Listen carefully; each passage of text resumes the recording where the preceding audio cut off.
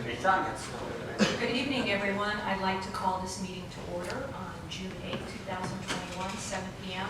If you all would rise, we're going to say the Pledge of Allegiance and then a 10-second moment of silence. I pledge allegiance to the flag of the United States of America and to the republic for which it stands, one nation, under God, indivisible, with liberty and justice for all. Please stand for 10 seconds.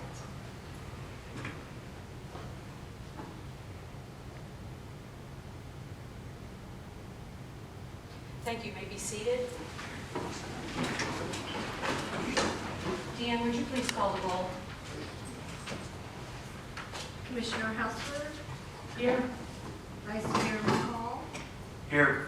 Commissioner Hanna, Here. Commissioner Hoofnagel, Here. Mayor Kennedy. Here. Thank you. And first, we're going to have a presentation by the Sheriff's Department tonight.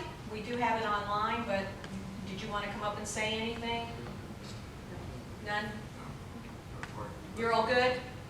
Okay. We'll have new information next month. It kind of fell last month. You got the current, most up-to-date, so we didn't have that one month in arrears. So we'll get back to the normal Okay. next time. I'd like everyone to know that the sheriff is always here 15 minutes before the meeting, so if you would like to speak to him before the meeting privately, you may do so, just so that you know that in the future. We have a report from the Pinellas Suncoast Fire and Rescue, which is online. And with that, we will go to public comments. Any member of the audience may come forward, give their name, address, and state any comment or concern that he or she may have regarding any matter over which the City Commission has control, excluding agenda items.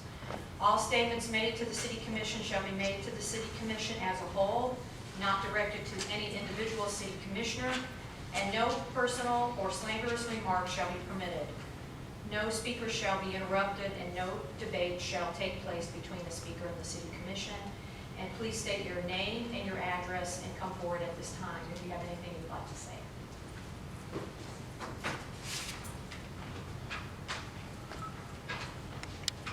Hi, Nancy. How are you? Good. Nancy Obarski, 708 Beach Trail.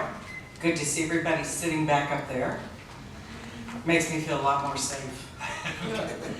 I traded correspondence with John Bishop at Pinellas County a few weeks ago about the beach renourishment. I know most of you know that John Bishop is the poor guy that's assigned the job of getting us to sign the easements. So, and I do refer to him as a good guy with a bad job, because it really is a bad job. My email to him said, John, I'm sitting here on a Sunday morning staring out at the beach, wondering if the residents are ever going to get an update on the status of the 2024 beach renourishment project. Now that it's possible to have some semblance of a community forum again, does the county have anything in the works? Just curious. I saw where 3 North Carolina beaches thought they were getting renourishment in 2021 and found out at the last minute that wasn't the case when the Army Corps released its updated list of projects in January. I sure hope that isn't the case here. Any update you can provide would be much appreciated. And part of his response says, in January 2021, the Army Corps informed the county that they would evaluate our situation and provide us with a briefing regarding what easements we need to provide them and when we need to provide them.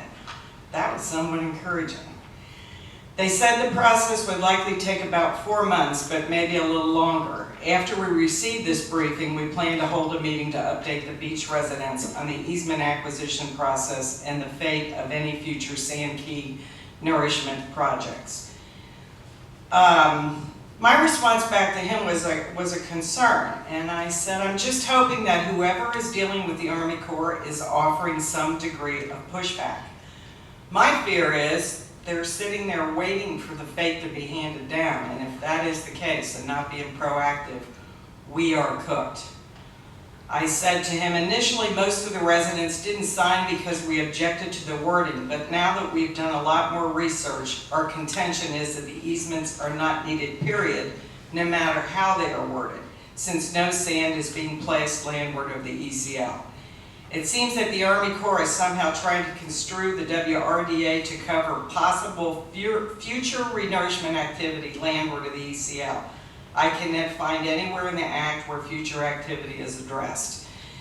So I don't know how much pull you have with the county, with John Bishop and the folks at the county, but if we're not going back at the Army Corps and challenging their application of the WRDA, and it may need some legal help to do it, I think we're making a big mistake.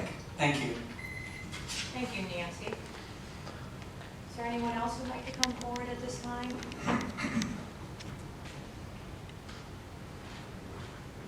Hi, Don. Hey, how's it going? So, the last time, Don House 21 Fort Beach Truck.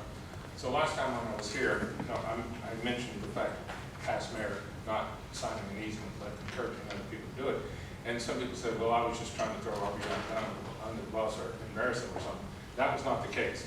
Nice perk, but it was not the case. The case was to show what happens when you think is one mind, which I believe that the city has approached this easement thing as the whole thing. There's never been a reach to the people that live on the beach to say, hey, how do we attack this?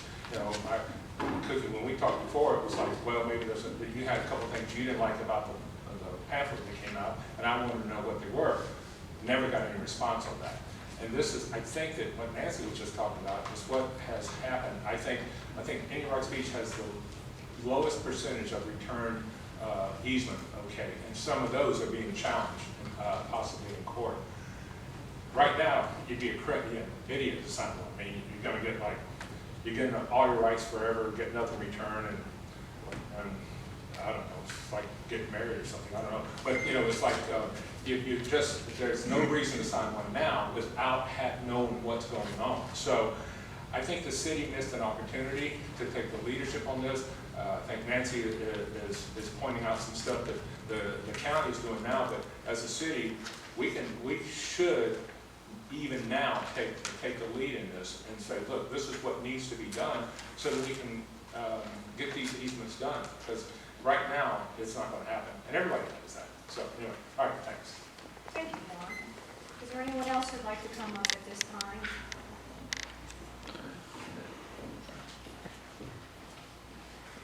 Hi, Diane. Good evening, Mayor and Commissioners and City. My name is Diane Flagg. I live at 2316 Gulf Boulevard in New Rocks Beach. I wanted to come tonight to let you know that I've recently become the president of Action 2000, and the board made a decision to go forward with Oktoberfest, which is really exciting, so we can kind of pull the community together and start doing things together as a community. And it'll be on October 23rd, so just wanted to let you know we confirmed that date with the city, and we're anxious to move forward with it, as all the members are. So thank you very much. And thank you, Ed, for chairing that Oktoberfest, or it probably wouldn't happen. Thank you. Thank you, Diane. Is there anyone else who'd like to come up at this time? With that, we'll close the public comment. We'll go to our city attorney. Randy, do you have any comments for the board today? No comments. We continue, sorry.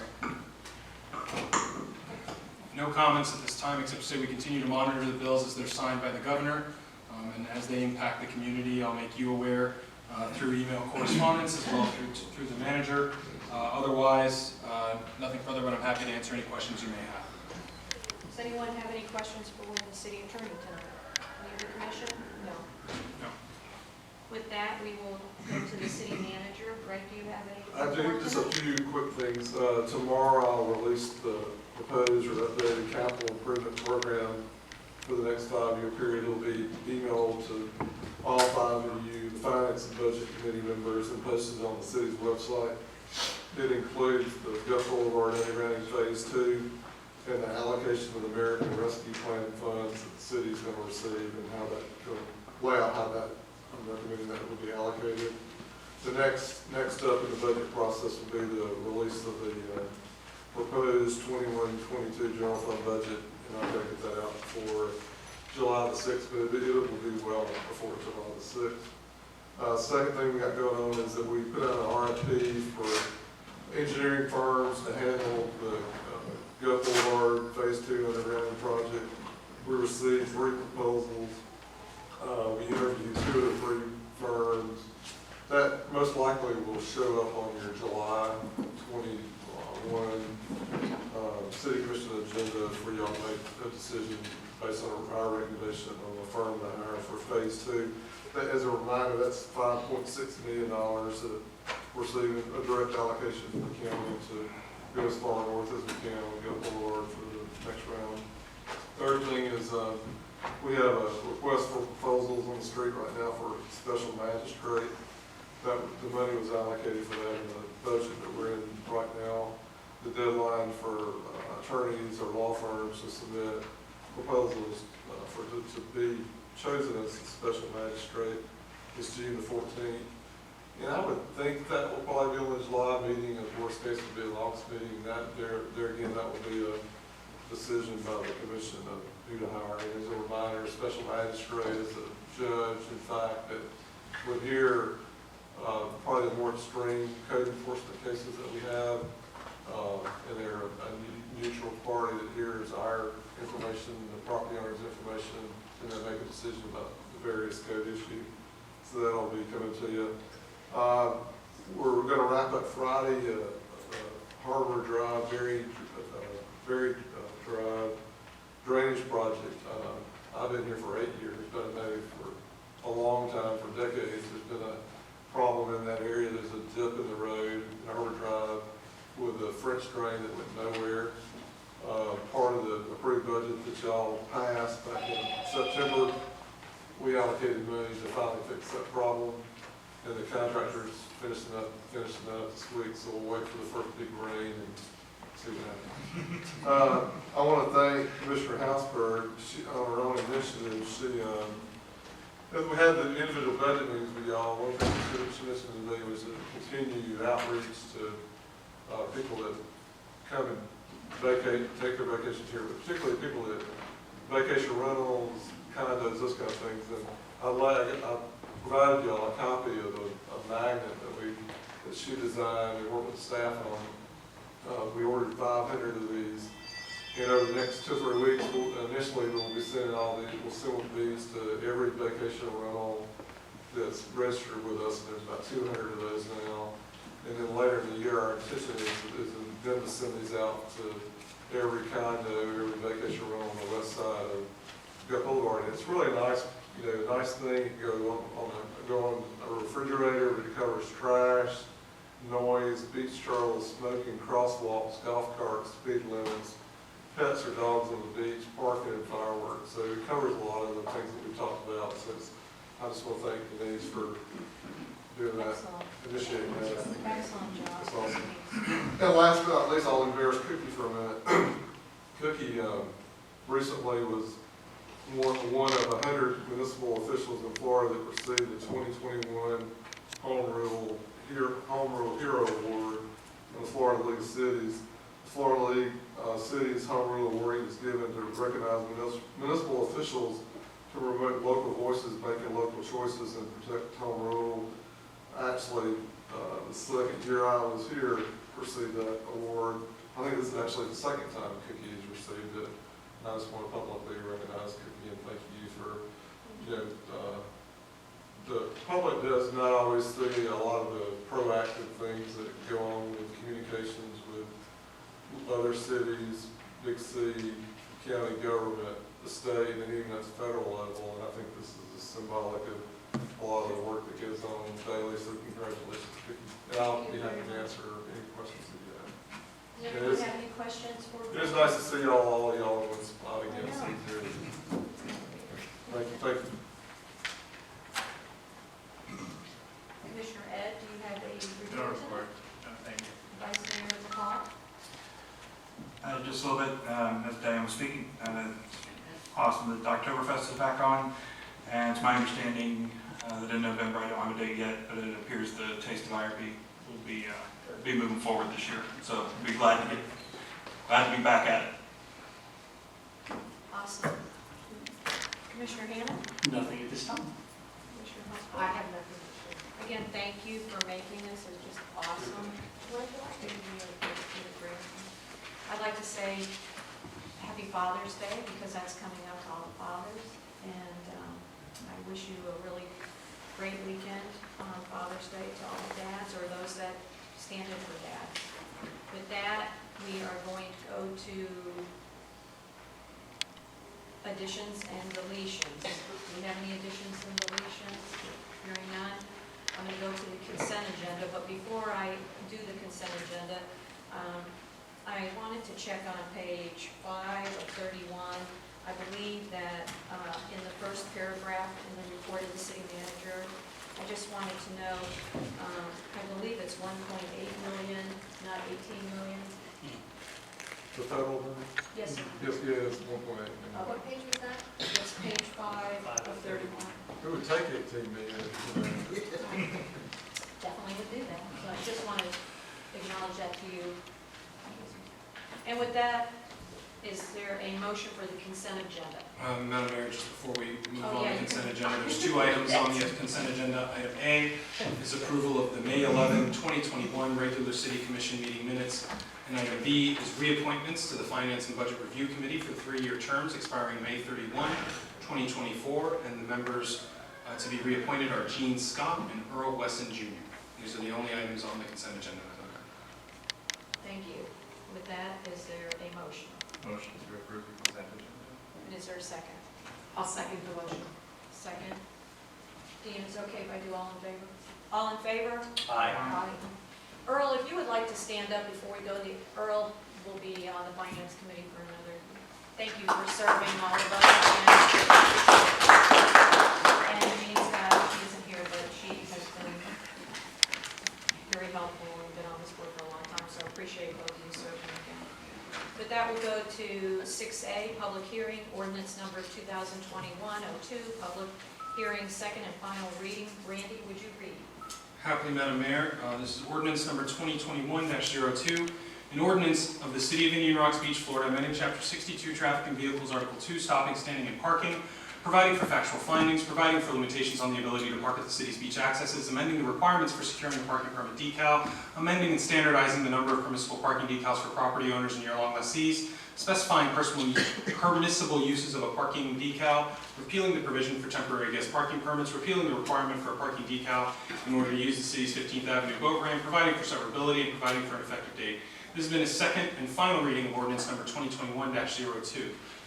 Commissioners, this is a revised version of the ordinance you considered last month. During your meeting last month, by consensus, you gave, and votes on amendments, you gave direction to the city staff, myself, manager, and the team that has worked on this to amend it. And most specifically, the most significant amendment made during the last meeting and now codified here in this proposed ordinance is that all property owners, regardless of time, tenure, any other qualification or classification that was previously made, everybody will uniformly be entitled to 2 decals upon proof of ownership of the property, which can be done either by a property appraiser's record, or if you have a more recent transaction that the property appraiser's database hasn't picked up, by deed. If you're a lessee, by the lease or certified letter from the owner. It also provides for means if you've protected your assets or organized in a way that you own a property as a corporation or trust. Otherwise, it's 2 per owner. And the other limitation, was just a word change to try and clarify as it relates to parking within a beach access. It previously said that no single vehicle shall be parked within a single beach access for 3 consecutive evenings. We've changed that to the same instead of a single beach access, just to make it clear. It doesn't matter what spot you're in. If you're in the 19th Street beach access, then that's what matters for 3 nights in a row, and moving spot to spot isn't going to change that.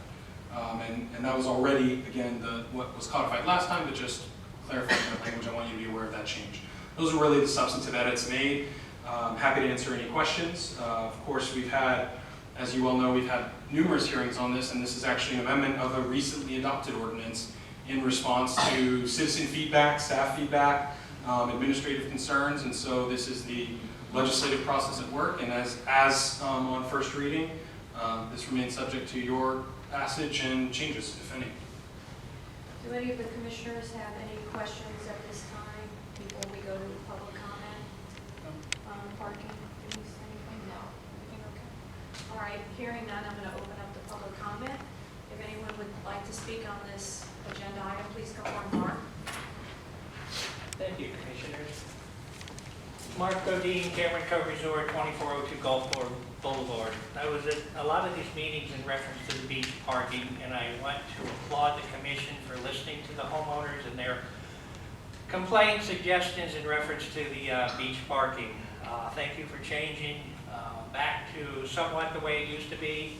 I am still in favor of the hang tags for identification of the vehicles, but I just wanted to thank you for changing and opening up a little bit more for the people of Indian Rocks Beach to use the beach parking. Unfortunately, as you know, on the weekends or during the summer, everybody wants to come to the beach and park, and the only place that's free parking is Indian Rocks Beach. So thank you for your time. Thank you, Mark. Is there anyone else who'd like to come forward and speak on this agenda item? That's 2104 Beach Trail, the other only place for free parking in Indian Rocks Beach. Might explain the 12 beer cans, 2 used condoms, and a dirty baby diaper that was within 100 feet when I walked out on the beach yesterday morning. So I guess that's okay. Secondly, I've never had a beach permit parking here ever. 30 years, I've never bothered to get one. I didn't when y'all started doing it. We've always treated the back of our house like a New York City parking lot, bumper to bumper and there, and we can get 4 cars back there. So why is it a big deal? I went down today to figure out what it's like. I have 3 cars I bring down here, just me. I don't, nobody else in the family. I'm the only one. I got one keeping the garage, the little convertible, and Tesla. I don't bring the boat. Anyway. So I came down, I was going to get, see what it's like to get a thing, and it was like, I had to get one for each car that might be parked in that area. And I'm thinking, the hang tags might be a solution, because then, I've got one hang tag, if I bring down 4 different cars, I only have one hang tag, and I can't take up 4 spaces. But it becomes a problem. I said once before this was going to take the wisdom of Solomon, and I'm not sure we're quite there yet. Okay, when you go to the place that's built right across the street from me, Hawksville or whatever it's called, that was supposed to be 4 different townhouses with 6-month minimum rentals. Well, now it was sold. The guy bought all 4 units. The homeowners association has changed. They are doing an Airbnb. I've always lived in a place that allowed one-night rentals. I got no problems with it. Okay, but now we're going to talk about a place that sleeps 10, 12. I don't know what they're going to do about cars. What are these people, are they each going to get, he owns 4 units there. Is he going to get 4 parking passes? It starts getting convoluted. I don't know, I would hate for them, well, if they got 1 parking tag, it wouldn't be that big. If he had 1 parking hang tag per unit, he could do that. But obviously these people are not going to be entitled to parking decals. He's going to be entitled to 4 because he owns 4 units. But I don't know how that's all going to work out. From my standpoint, though, if I had 1 hang tag that I could share among my 4 vehicles, it makes sense to me. I don't mind going out and getting 4 decals because they're free.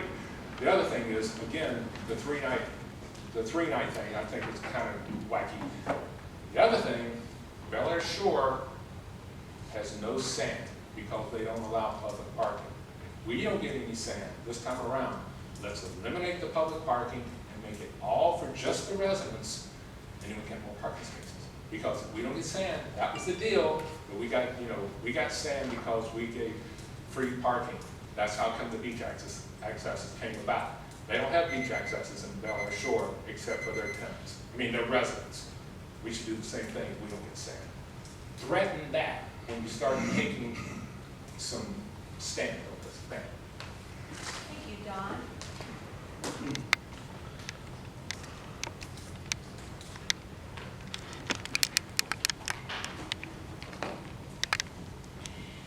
Nancy Obarski, 708 Beach Trail. I too want to thank everybody for reconsidering what was really a bad thing for the beachfront residents. As I made the point, our streets are the beach accesses. So if you would not allow us to park on our streets, but allow those on the east side of Gulf Boulevard to park on their streets, that really isn't treating us the same. And I really do appreciate, it takes a big man and woman to look at it and say, we probably shouldn't have done this. Thank you. Is there anyone else who'd like to speak on this agenda item?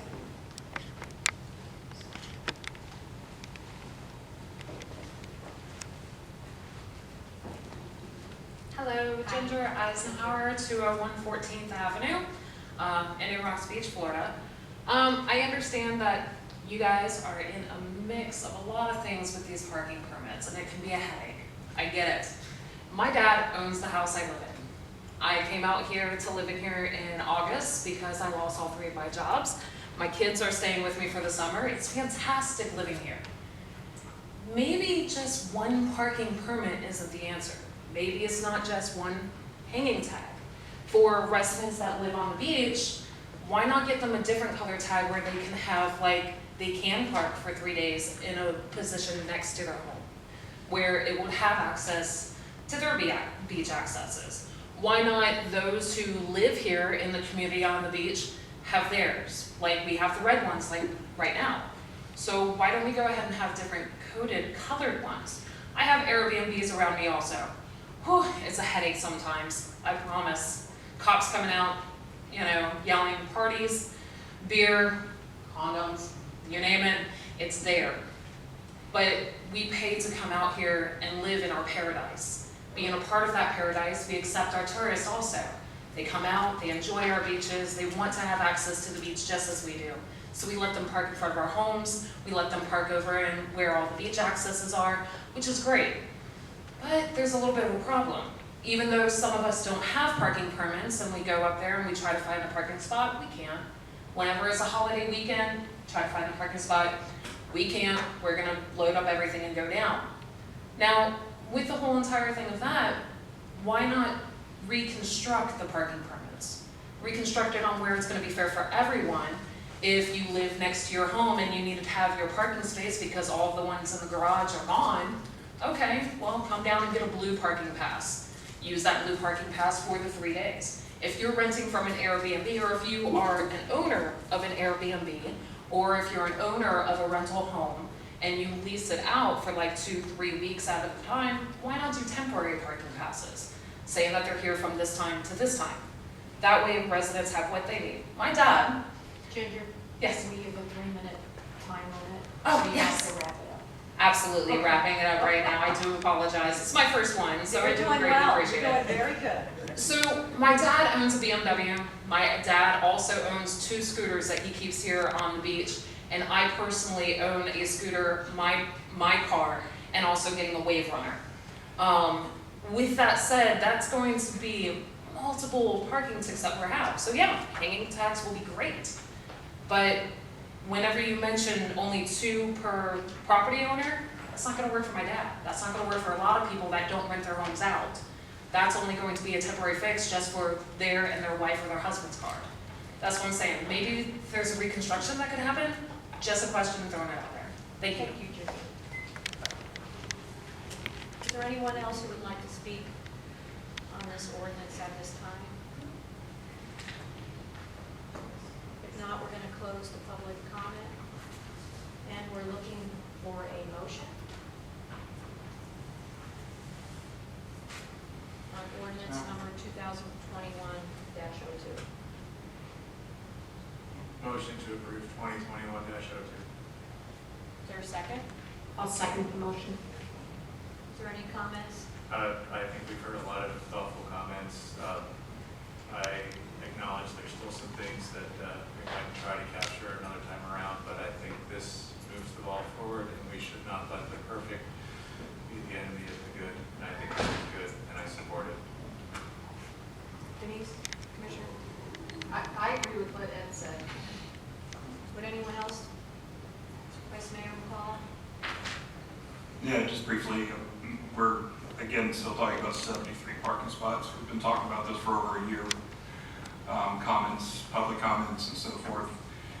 And I wasn't obviously wasn't a fan of the first draft. However, this draft did take into account a lot of the citizen comments with the boat ramp, some of the issues with people staying over on the condo side and the beach side, and feel this is an equitable solution to what we've seen. Thank you. Commissioner Hanna, any comments? No, I agree with all that's been said. You know, I'm going to please all the people all the time. And so we've done the best we can. We listened, we heard, we made modifications as best we can. As Ed said, the door's not totally closed, that we couldn't do some further review, but as of right now, we do have to move the ball forward. Thank you. With that, Denise, recall, Deanne, recall the roll. Vice Mayor McCall, Yes. Commissioner Hanna, Yes? Commissioner Houseburn, Yes. Commissioner Hoopnagle, Yes. Mayor Kennedy. No. Ordinance passes 4-1. We will go on to 6B, public hearing ABT 15, 2021, 2405 Gulf Boulevard, 18 on the rocks. Am I handing this over to Deanne? Yes. You will be doing this, Yes, will be reading? Okay, thank you. the city attorney's going to read the title and do this stuff first. Would you like to read the title? You have it all. I can read it. 30 seconds. The subject is ABT case number 15-2021 for 2405 Gulf Boulevard, 18 on the rocks, also known as Coco's Crush Bar. The registered agents are Piotr Tchaikovsky and Glenn Such. Ledgecock LLC requested a 4 COP alcoholic beverage use designation, parentheses, liquor, beer, wine, by the drink or in sealed containers for consumption on or off premises when sold, for the establishment 18 on the rocks, aka Coco's Crush Bar, located at 2405 Gulf Boulevard, Indian Rocks Beach, Florida, and legally described as Indian Rocks Beach, Block 40, Lots 3, 4, and 5, parcel number 01-30-14-42030-040-0030. Madam Clerk? Deanne? Good evening, Mayor, City Commissioners.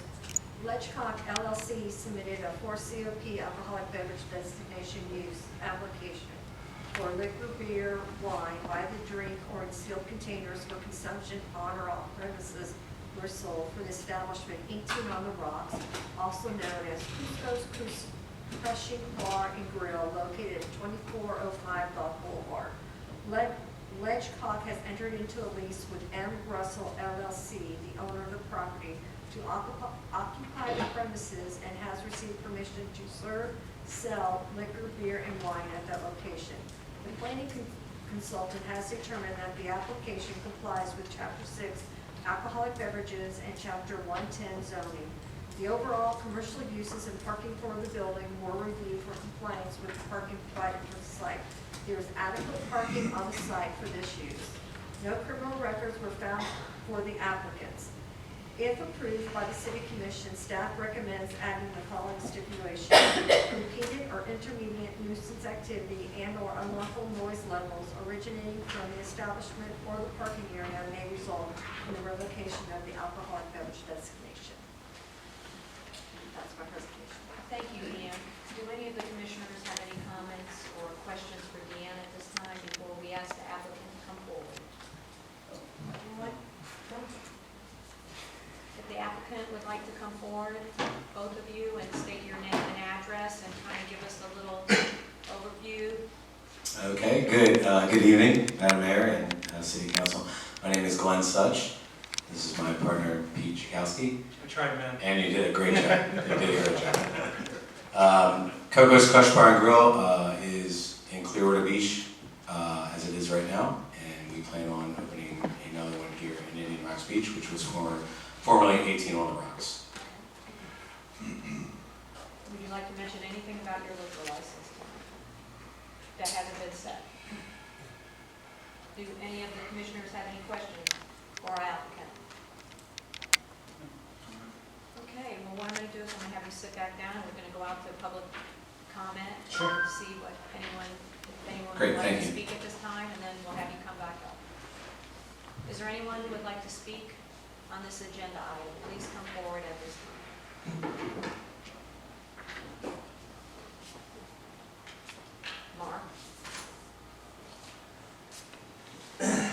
Again, Mark Bodine, Cameron Cove Resort, 2402 Gulf Boulevard, 80 Rocks Beach.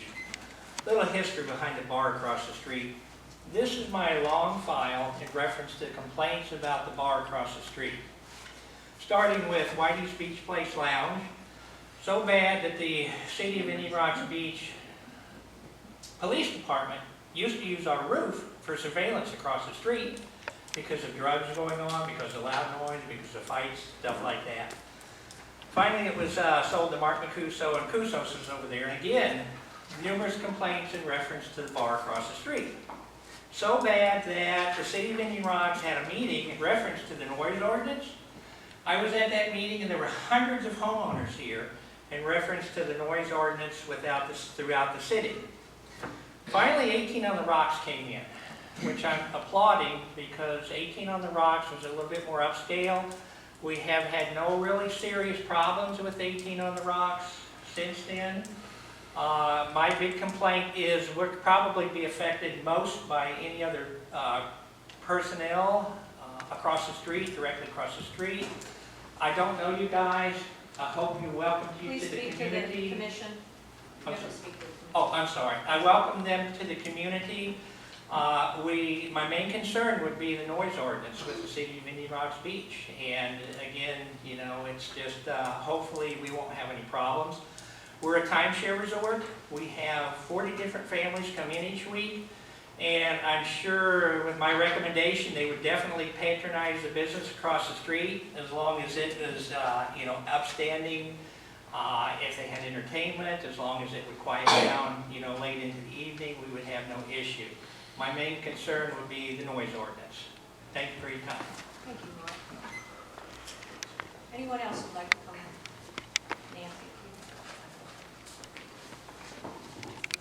Nancy Obarski, 708 Beach Trail. I personally am thrilled to see not just one new business, but look at all the new people we've had, VIP and a bunch of other people come into town. I think it's wonderful. And that's a tribute to the city, I guess, and that it seems to be getting easier for businesses to work with the city, which was something much needed.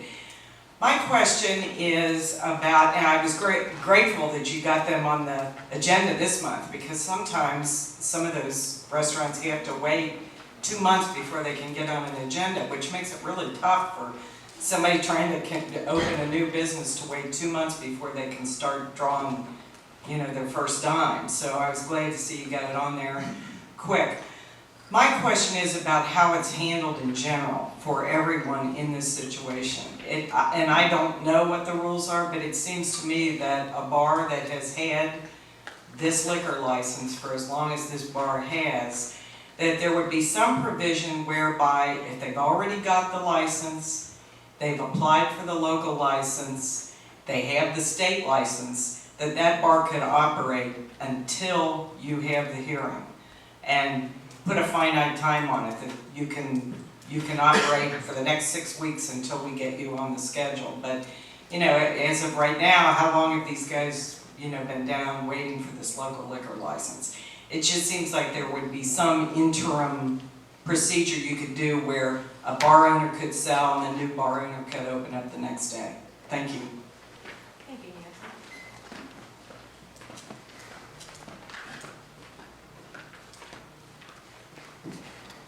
I'm Frank Banker, but I don't live in Indian Rocks Beach, I live in Delaware Beach.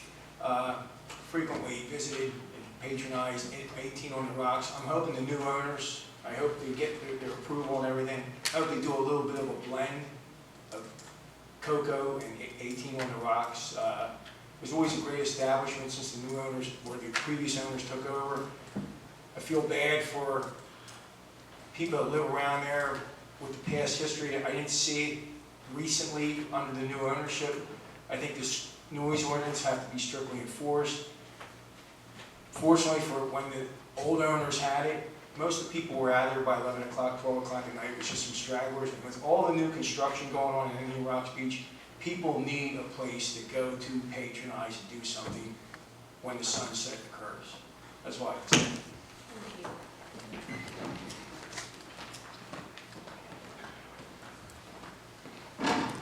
Hey, how you doing? My name is John Mullen, live on 512 20th Avenue. Worked for U.S. Foods, been here almost 28 years, 11 years here in Florida, 17 in New York. I know the two gentlemen here, knew the previous owner. In reference to the gentleman said that the previous people who ran the place, I can understand alcohol can do crazy things to people at times. It's all about the people that are running it, people that have law and order. These guys have 3 establishments. They do business with the company I work for, 3 successful restaurants. You got to give people that are doing an opportunity to come forward and do a good job, which I know these guys will. Doug Thompson did a really good job. Prior to that, if you don't manage alcohol properly and you let people run amok, they'll run amok. You got to give these guys a chance. It's a beautiful community here. People want to come visit, and you do need a place to go. And they'll do a good job here at Coco's Crush. Thank you, John. Don? I'm House 21-4 Beach Trail. Well, I hope they open up soon because I can walk there now. Thank you. Is there anyone else who'd like to come up at this time before we close the public hearing? Hearing that, we'll close the public comment. I'll have you gentlemen come back up. And does anyone have anything else, any comments? I just would like to say to you is that we are excited that you're back, and we are happy with all the restaurants that are moving into town, especially after the pandemic and just, really opening now. As far as the noise, and what some of the people have mentioned is that there is a history that there were issues in the past, and in the, when the motion is made, can that be a part of it? That was staff recommendation. Okay, and as long as that's a part of it and that you understand that, we have so many residents that are around there that we want them to come to your restaurant and be happy and work there. So with that, and eat, what kind of food are you gonna have? Real good questions. First of all, thanks for the support from the community back here, and thanks for your support as well. I'll say that everyone wants to know what a crush bar is. I'll start there and say an orange crush is a drink that originated in Ocean City, Maryland, and that's where I am from. So I'm a big Eastern Shore man, so I can promise you that Maryland crab cakes, steamed shrimp, scallops, and a lot of seafood will be on the docket. At Coco's Crush Bar in Clearwater Beach, we're known for our gyro and our hamburgers and our very basic beach food. And we want to be that way, all right? We are an island bar tiki vibe. I'm going to wear flip-flops every single day. I've been doing this for 30 years across the country, opening up very large entertainment complexes. I'm done with all that. I want to be down here and be a part of the community. Some great comments were made in the back. So I hope I told you what the food is all about. Let me address the noise. When it took over Coco's on Clearwater Beach, it was called Coco Coronado. And a gentleman put up a big, thick folder as well of noise complaints from the hotel that's right behind us, which is Spring Hill Suites. And 250 rooms behind you surely can cause some wear and tear. And I would like everyone to actually ask the chief there at Clearwater Police. We've made 100% progress. We are actually some of the go-to people now for the rest of the bars and how to do it correctly on the beach. At the end of the day, we're island bar, tiki vibe. You're going to hear some acoustic music, and you're going to hear some Jimmy Buffett, and that's about it. I'm getting too old for this. So when it gets late at night, I want to go home too. And when do you plan on opening?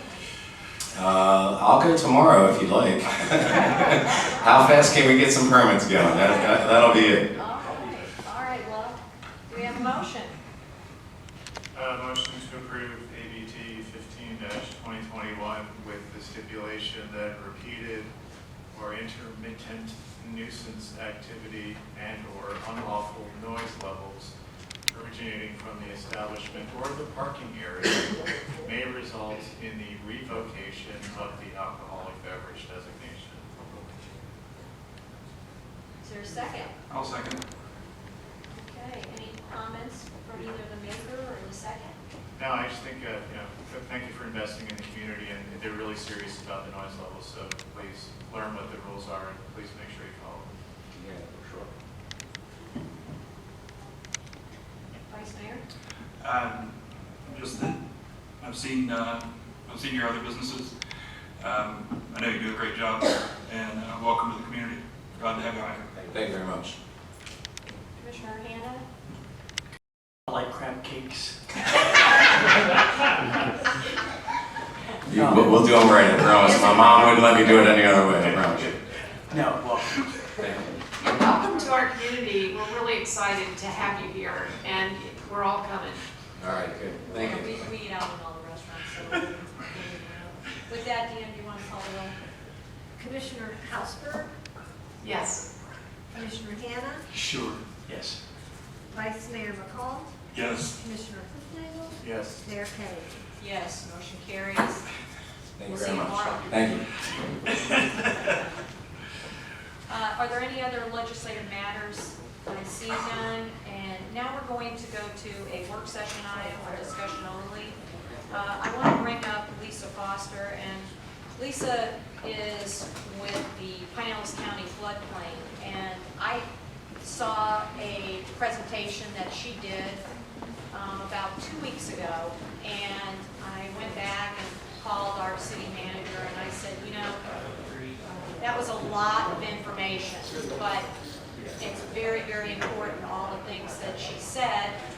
And I'm hoping that you'll scale it down a little bit more for just our, great, for our community. But with that, Lisa's going to talk about floodplain management, some of the items that are going on, and some of the things that the county is asking of us. So if you'd like to come up and say hi, and thank you for coming so fast as me. I'm thrilled that you're here, and I just wanted the commissioners to hear as much as you are going to tell us. I'll try not to explode your heads. Thank you all for having me here. You guys are a fun bunch. So, Pinellas County's FEMA maps are being updated. They are the flood insurance rate maps, firm maps that are being updated. In addition to the firm maps being updated, the county recently completed the flood modeling portion of our vulnerability assessment. Now, that data is going to be used to assess what the vulnerabilities of our critical assets are. But we have the flood maps. We're still in progress on the vulnerability assessment itself, though. So, as you know, we have many flood risks here in Pinellas County. Obviously, riverine flooding isn't a concern to you, but the coastal flooding is. So we have king tides, blue sky flooding, storm surge, and then rainfall, heavy rainfall, or several days of rainfall. And then we have those things in tandem with each other. We just saw that with Tropical Storm Ada, heavy rainfall associated with high tide during, I think it was a full moon as well, with a little bit of storm surge on top of that. So that was a combination. Like I said, we're updating FEMA is updating the flood insurance rate map for the county, including you, and we have some vulnerability assessment data that I'll show you as well. And then I have a few options laid out that you might want to consider for your ordinance, but it's obviously up to you, the municipality, to do your own floodplain ordinance. Okay, so this project kicked off back in 2012. FEMA used data up through 2012 when they did the probability modeling and everything. We did not get our preliminary maps until 2018. We did a comprehensive review of FEMA's methodology. We made sure they did what they said they were going to do. We did not reproduce the maps, but we did check to make sure that they did what they said they were supposed to do. We went through the appeal period, and we were in 2019 and 2020, and then we received our letter of final determination in 2021, which gave us an effective date of, we received the letter in March of 21 with an effective date of August 24th of 21. So this August 24th, the new maps will go into effect, but they're already final. The flood insurance rate map is used for three things: flood insurance requirements, flood insurance rates, and floodplain development requirements. Next, this has click-throughs. You want faster than the one I saw. That's good. Good. Actually, go back I just want to talk about risk rating 2.0 real quick. So right now, the current methodology for rating a flood insurance policy through the National Flood Insurance Program, it's based on your lowest floor elevation, what flood zone you're in, and the base flood elevation primarily. And then there are rating tables that are associated to those three main things. And moving forward, starting in October, they're rolling out something called Risk Rating 2.0. Risk Rating 2.0 is not going to be using those firm flood zones anymore for the flood insurance rates. They're going to be looking at the distance to the water. That's an important one. Distance to water, how big the water body is, how high you are related to that water body, how much the structure is worth, what the value of that structure is. So there's a whole new slew of things they're going to be looking at when they look at the actuary risk of that property when they assign that premium to it. And then, of course, floodplain development requirements. We, as floodplain managers, your building official, Dean, needs to ensure that a structure is going to be reasonably safe from flooding, and that's really important. So we need to use the tools we have to ensure that a structure is going to be reasonably safe from flooding when we permit it. And freeboard is just a safety factor that you add when you're elevating. You guys are all 100% high risk right now, but you do have a couple spots of moderate risk coming onto the new maps. Low risk, you do not have any. The other thing on the maps is base flood elevation. This is not a depth, it's an elevation. You'd have to subtract the ground elevation to get your depth, your flood depth. And that's basically how high you have to build. There's a new feature coming on the map, which is called a limwa. You only have a little bit of a limwa. Keep going. Let me skip through some of these. There you go, limwa. So the limwa line is called the limit of moderate wave action. Those little arrows point towards the water, and the area that's between the B zone and that limwa line is called the coastal A zone. The B zone has waves of greater than 3 feet. The A zone has less than 3 feet of wave action. And then they just added this limwa line. So the flood insurance rates for an A zone and a coastal A zone will be the same while we're still using the firm. When Risk Rating 2.0 rolls out, it's a completely different rating system though, so keep that in mind. It's distance to water. Next.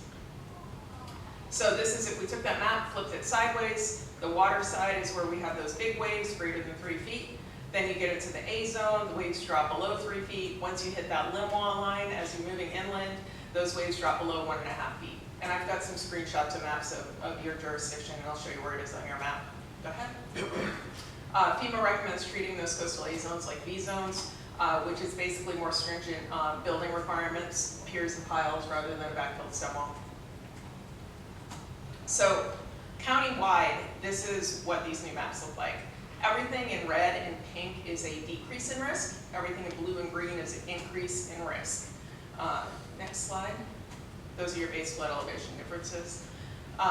This is a more detailed look at what those changes look like, and you can see along the entire Gulf side, we're seeing drops of anywhere from 1 foot to 5 feet in base flood elevation, which is kind of counterintuitive to what we're seeing today with current conditions. And the Tampa Bay area has increases. That's sort of to be expected because the Bay, it's the first time we did wave modeling, or they did wave modeling up in the Bay. So if we're getting that back bay effect, the waves kind of pile up, and that had never been modeled before. We're seeing the same thing down in Boca Ciega Bay, on the northern part of Boca Ciega Bay, but to a lesser extent. Okay, here's your jurisdiction. And I found this very interesting. I emailed Dean, I think it was this morning, and I said, did you know you have AO? So zone AO is where we have sheet flow of a certain depth on sloping terrain. So I said to Dean, do you have sloping terrain in Indian Rocks Beach? And when I drove to the office, I came around and I drove all the way up through your town. I don't see any sloping terrain. I see a couple of condos up on a foot of fill or something, but I see no sloping terrain. So I question that. But you also have areas coming out of the high-risk flood zone and going into the moderate-risk flood zone, which I found interesting.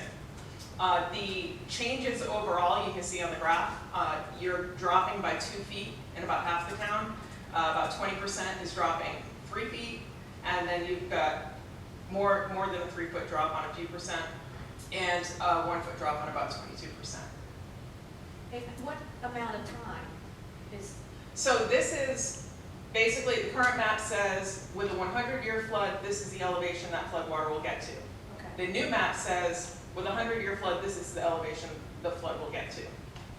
And that was based on that modeling that they used all those storms through 2012. Okay. And I have a couple slides to show you, well, there's their study, here's the county study, and show you the differences, and then you guys can discuss amongst yourselves and ask me questions. Okay, so this is the parcel level. I estimated the zone that particular parcel would be based on the percentage that was in a different flood zone.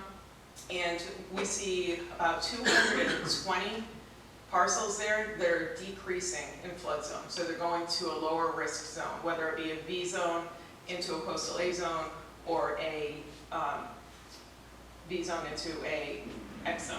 So you've got a significant number of red parcels on there that are actually decreasing in risk, according to the new study. Next. Okay, so these are the increases that you see on the top right. So the coastal A zone, that limb wall line, this is really where your limb wall line impacts you. Up on the north part of the town, where you see the dark blue. Those properties are going to be in the coastal A zone now. So they'll have higher building standards. And then we'll get to a slide and I'll lay out some options for you what to do with those new zones, how you want to regulate those. So this is that southern tip. And these are the parcels that are going down in risk, which kind of surprised me because it's water, beach, a strip of houses, a road, and water. So I was a little bit surprised by this, and that's why I put this screenshot on here. On the right-hand side, you see what the new map looks like. The purple area is the zone V, and it stops basically at the dunes. And then you've got your homes, and some of those homes are in that orange shaded area, which is the 500-year floodplain.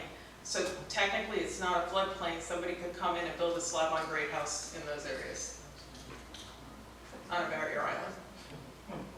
Okay, so these are the zoomed-in changes in the elevation from the current map to the new map.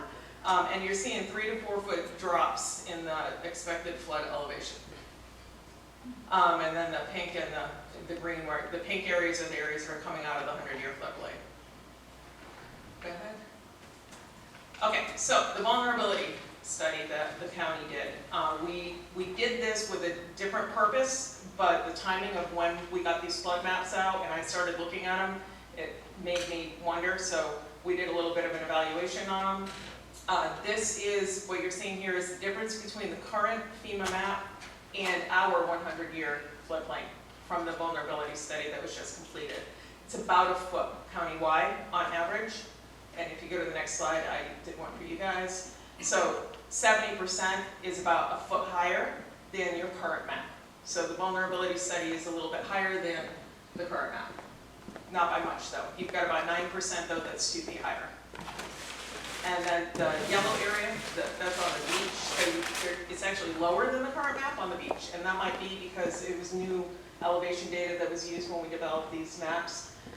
So with beach nourishment or whatever, I mean, that may be why that dropped on the beach. Next.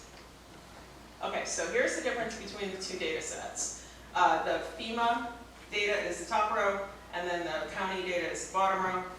They both used over 300 storms. But the storm ensemble for FEMA's study was only storms through 2012. Our study used storms through 2018. Different models were used. And the LIDAR, this is a really important one. The LIDAR, when FEMA mapped the floodplains, they used LIDAR from 2007. That's your topo data, your topography data. And the vulnerability study looked at the 2017 LIDAR. So it's newer topo data. So it'll reflect all the current construction. This is just a shot of all the storms that have occurred between 2012 and 2018 that were not included in FEMA's model. Tropical Storm Eta was just a couple of feet or a few feet of storm surge, and we saw a lot of flooding in the south part of the county and then over in Shore Acres and in Oldsmar. You guys were spared. I don't think you had too much flooding up here. You're a little bit higher up here, and the high tides, the timing of the high tides with the storm passing was in your favor. That storm, we had about 1,000 flood insurance claims within a week and a half of the storm hitting that had been filed with the National Flood Insurance Program. I retrieved that data about a week and a half after the storm from FEMA. This map on the left-hand side is from the vulnerability study. It's not the storm surge model. This is the future conditions sea level rise only. So this is 50 years from now, 2070, king tide. These are the areas that would get wet. And those areas that would get wet pretty well aligned with where those flood insurance claims from ADA was. So just kind of a point of reference. This is just another point of reference. I'm going to go back to that spot that really surprised me where you have X zones on Barrier Island. So these X zones, because it's not that high there, it's like 8 feet or so. So you've got these pink spots, which are going to be your X zones, and those are your decreases in the flood elevation again. When we compare that area to the county study, you see that it's 1 to 2 foot higher on the county study than the current map. But on the new FEMA map versus the current FEMA map, you see decreases happening. And if you go to the next slide. So I pulled up our storm surge application. This is yet another model. So this is only for point of reference. It's not to compare models. The Cat 1 storm surge in this general area was about 1 foot, and a Cat 2 was about 4 feet, because it is a little bit higher here. And then the vulnerability assessment, if you take that flood elevation from the vulnerability assessment and take out the ground elevation, it's about 5 feet. So the vulnerability assessment is estimating probably the elevation for about a Cat 2 storm. So if you were to use a vulnerability assessment number for regulatory purposes, you would be regulating to about a Cat 2 according to this. The Cat 1 is about 1 foot. The new FEMA map in that brownish area, of course, is not the floodplain. So you would be building at grade, and you get 1 foot of water if the Cat 1 had 1 foot deep water, 1 foot of depth associated with that storm surge. And next. I went to the north part. You see where the little circle is on the map. About 2 feet lower on the new map in that area. We've got the new firm at about 4 feet of depth, the vulnerability study at about 6 feet of depth.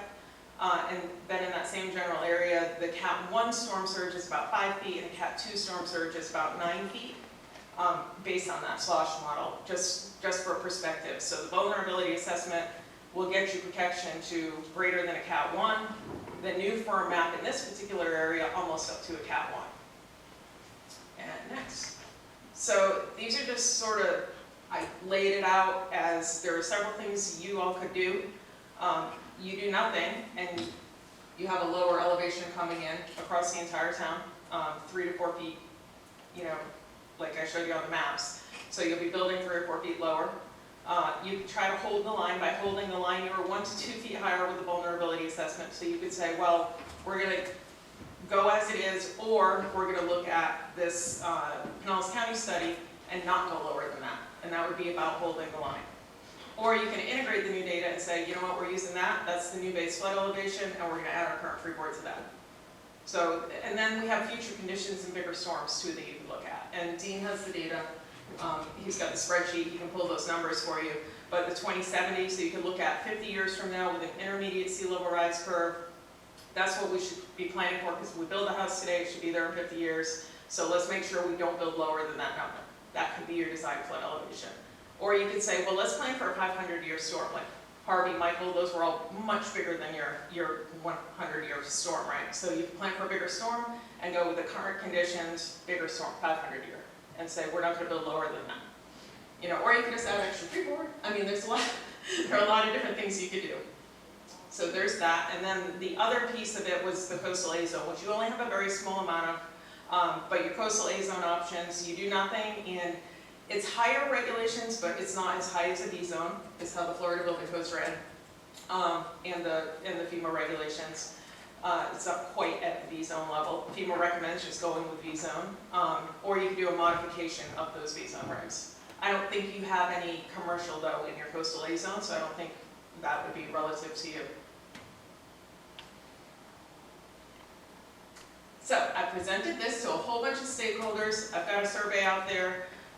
Dean has the link to the survey, which you can pass to you guys, and I'm going to take all the feedback I get from all our stakeholders. I've talked to realtors, insurance agents. We have a developer advisory group that I spoke with, the city managers. I've spoken with the Big C and the public works directors, and we're meeting with our program for public information stakeholders tomorrow, and another group of realtors tomorrow. So I'm on the map updates presentation tour.